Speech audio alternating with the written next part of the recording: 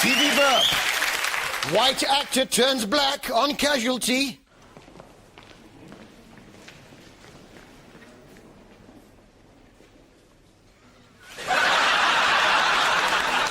Incredible shrinking Peggy on EastEnders. Peggy?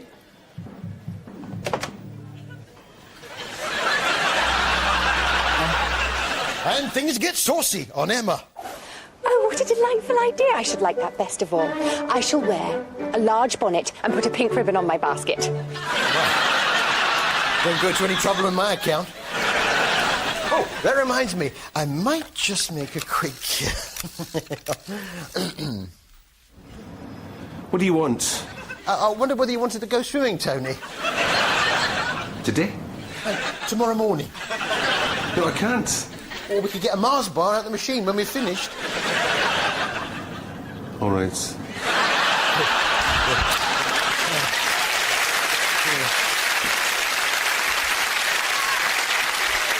He does lengths, I do widths.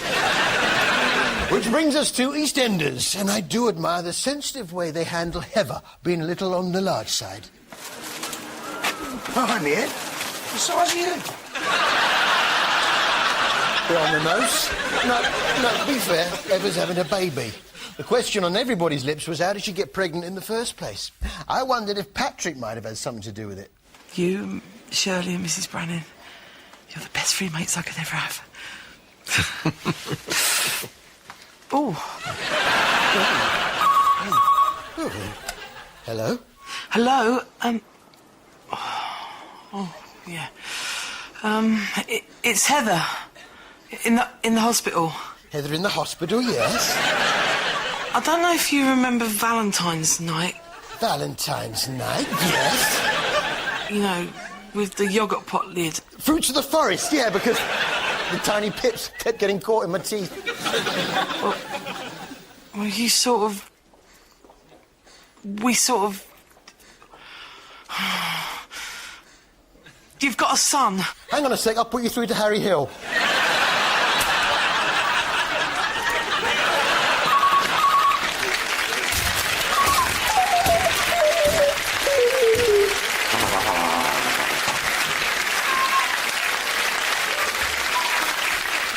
And so to the labour. I just wanted to stop. Well, let's see what's happening down there. Let's not. So on Friday, we finally found out just who the father of Heather's baby really is. So, Paddington at the seesaw.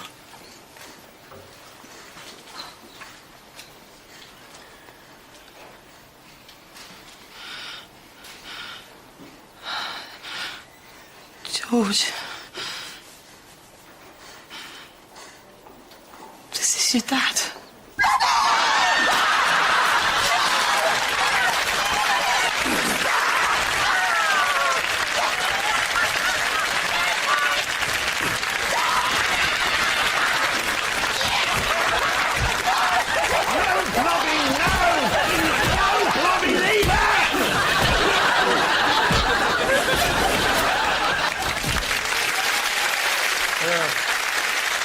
It's the match made in heaven. I must say, I did enjoy part 3 of that Gandhi documentary. What was it called? The Gandhi, that's right. Oh, thank you. Yeah. I was fascinated to see an interview with his grandson, who gave us an insight into how Gandhi would greet you. He was a great tease as far as his grandchildren were concerned. He teased us no end. And his way of greeting us was to give a great thump on the back. Yeah, he apparently... All right, Gandhi. Yeah. Hello. Hello. I watched all 3 of the series Gandhi. So, what was its conclusion? So how much of an impact has Gandhi's economic vision had on today's India? None. Great. 3 hours for nothing. BBC Two's Design for Life finished this week. The show that had French designer Philippe Starck looking for, well, an apprentice. Just like Sir Alan Sugar before him, he's got a catchphrase. It's not "you're fired," it's... We shall have blood on the walls. Next time, if It's the same thing. I kill everybody. Yeah, he's a bit French, you know. Yeah, but he's learnt a fair bit of English, especially for the show. When he sings, he does a bit in English, then a bit in French. Good morning, Hello. good morning. Na, na, na, na, na, good morning to you. Yeah, that... That's the French bit. Where does Philippe get his ideas from? Well, he's got a special brain pump to help him. That means what you have in your brain, it's this. What's happened in Anna's brain, she worked in the street and said, how I can make a car like that? How I can make bread like that? Yeah! It's working, I can speak French. Chanson d'amour, faire Jacques, non, rien de rien. So the would-be designers had to come up with a new product, and it was the usual high caliber. But what if the intruder don't want to play baseball? A lampshade that turns into a baseball bat, though. Brilliant. See, my invention was pretty similar. It was a croquet mallet that turns into an angle poised lamp. Yeah, it's like that.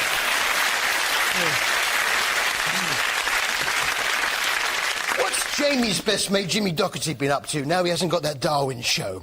Well, he's got a new one. Jimmy's Food Factory, where he attempts to get to the bottom. One thing I learned from this show is where milk comes from. And there's no putting one past Jimmy. No. It's lemonade. And round the corner, chocolate's made.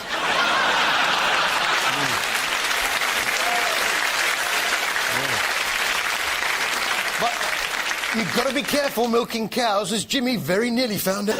Yeah, I like the idea of a cow patch shampoo, but then there's always the cow we rinse. Which is better? There's only one way to find out.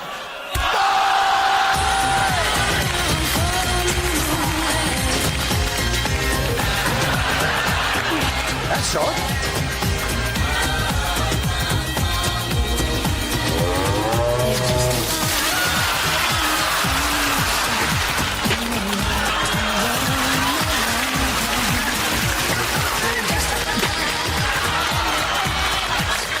The break.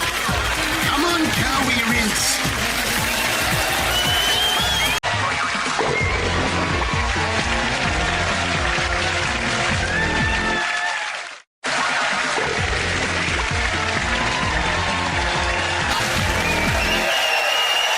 Welcome back to Judy Burp.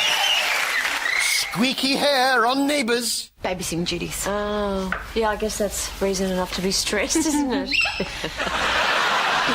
Chicken-headed boy on Coal House at War.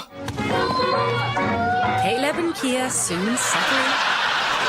And mobile STD clinic on EastEnders. We got grubs, we got bugs, we got fizzy worms. Called...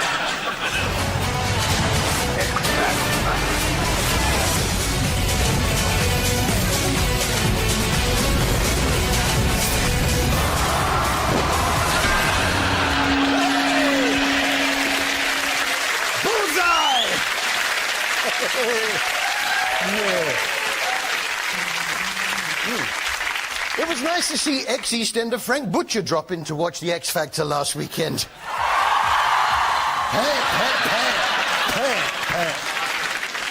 It seems to me that Dermot was a little bit confused what show he was presenting. The acts all have friends, family and supporters here in the audience tonight. But you can hear them for everyone, but particularly the 11 remaining housemates. It's time... Housemates? Wrong show, Dermot. You don't do that one anymore. You bailed out at the right time, didn't you? And before we do anything, we've got a product recall announcement. There's a batch of black TK Maxx trousers which haven't been properly sewn up down the sides. And if worn, may cause embarrassment, right? It was great to see Cheryl Cole launch her solo career on Sunday's X Factor. Stop! What you looking at?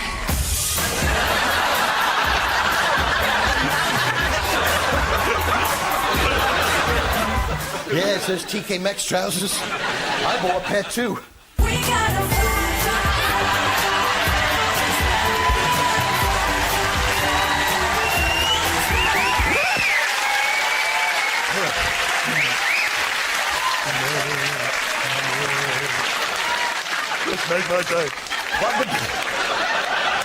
But the big news was that we finally caught Simon singing. Simon sings. Back to the open arms of the love that's waiting there.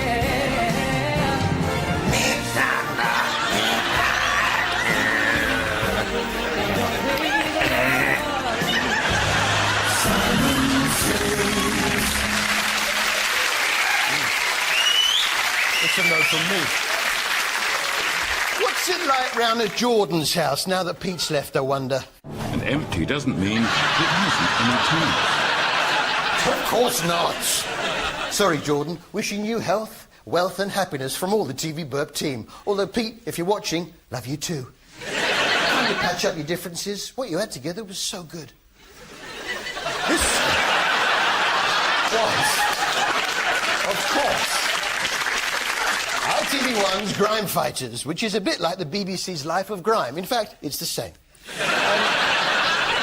I don't know about you, if I'm not sure whether to watch a show, I'll just watch the first 30 seconds to see if it'll draw me in. Today, there's a blockage in the sewage system at Maidenhead. Yep, I'm in. First, we caught up with Dagenham Council property manager Tony, who seemed to be something of a rat specialist. Well, you see, boy, the rats have just chewed all the shoes to bits. Well, there's a dead one, anyway. A bit mummified, but he's dead. Nonsense, that's never dead. In fact, I managed to nurture it back to health with a bit of milk and a tea pipette. Yeah, I've got it in this box here. Just, Oh, it's escaped. Where could it be? Oh, what's the point?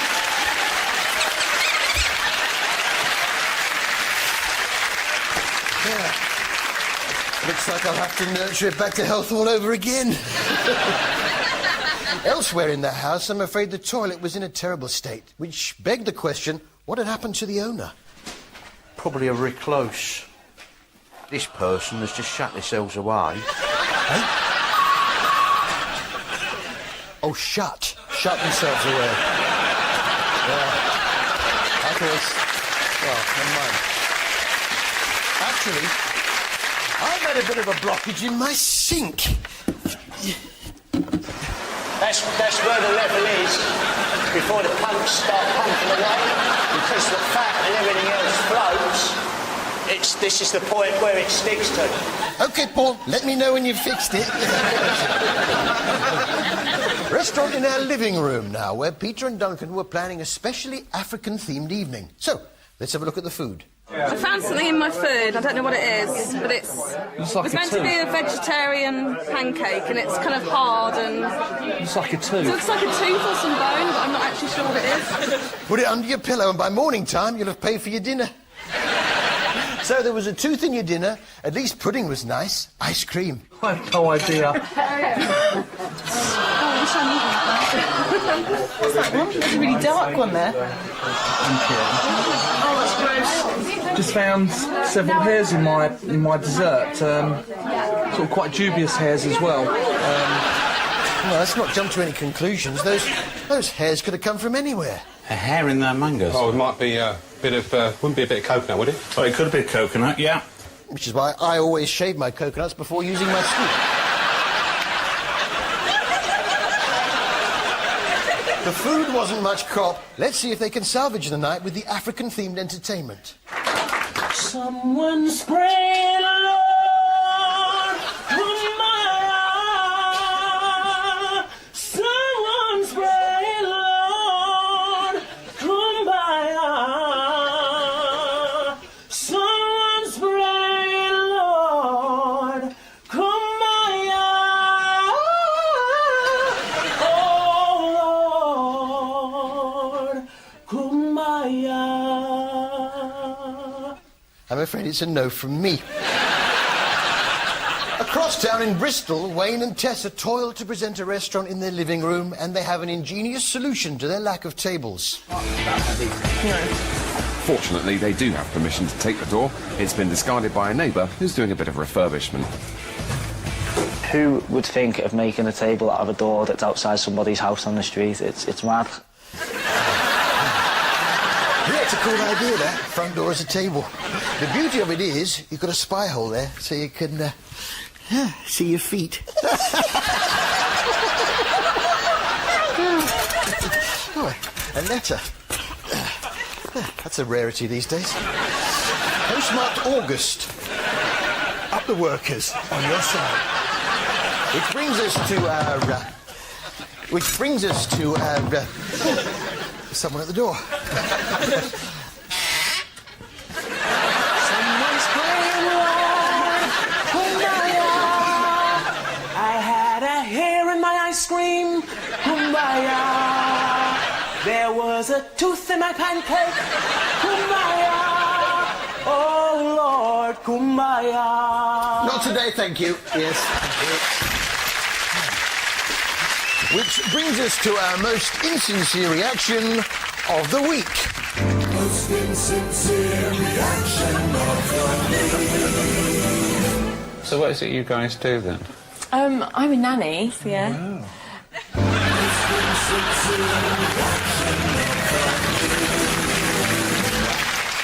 It was nice to see a lady playing a banjo horse on How to Look Good Naked this week. And I always think people do. If I don't like what I see. Yeah, the banjo horse. Never one to encourage gratuitous nudity. I'm really not sure about Gok's competition. I meet people of all different shapes and sizes who dislike their bodies, but I also meet those rare people who are confident with the skin they're in. And if the calendar girls can do it, so can you. Up and down the country, you're stripping off and piling on their body confidence. I want you to keep sending me the results. I bet you do. Cheeky monkey. Of course, we've got a competition. Not again! Yeah, it's Spot the Knitted character on one of the week's TV shows. So, where was he this week?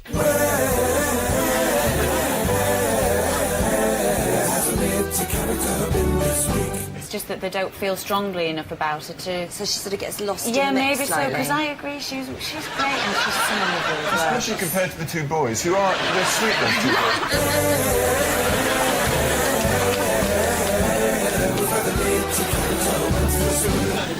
If you spot the knitted character hidden in one of next week's TV shows, you could win a TV Burp book DVD on your very own knitted character. Just go to itv.com/TV Burp by 5 p.m. on Wednesday and tell us where and when you saw him. And we'll pick a winner from all the correct entries. You must be 16 or over to enter. Put that phone down, Sonny. This week's winner was Paul Philpott from Cheshire. So, that's what my viewers look like. Holby now. It was nice to see Patsy Kensit playing the piano in the car park. Rick and Connie said they would back you up on the sailor. They won't say that. Spoke to them about it. It's just easier that way. The doleful tune. Well, she was in mourning. Sadly, someone dear to her had died. Is it when you have everything, God will remind you that no one gets away with it? This has nothing to do with God. He's punishing me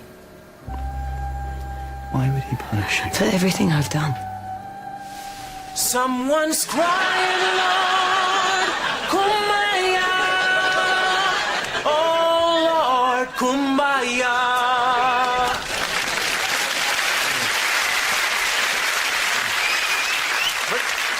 My favourite part of Holby this week was the robotic surgeon Anjita doing a barn dance. Now you all go do-si-do. And swing the one that you don't know. Swing her high and swing her low. And then you promenade. Yeah. So to finish the show for us, it's Anjita the robotic surgeon of Holby.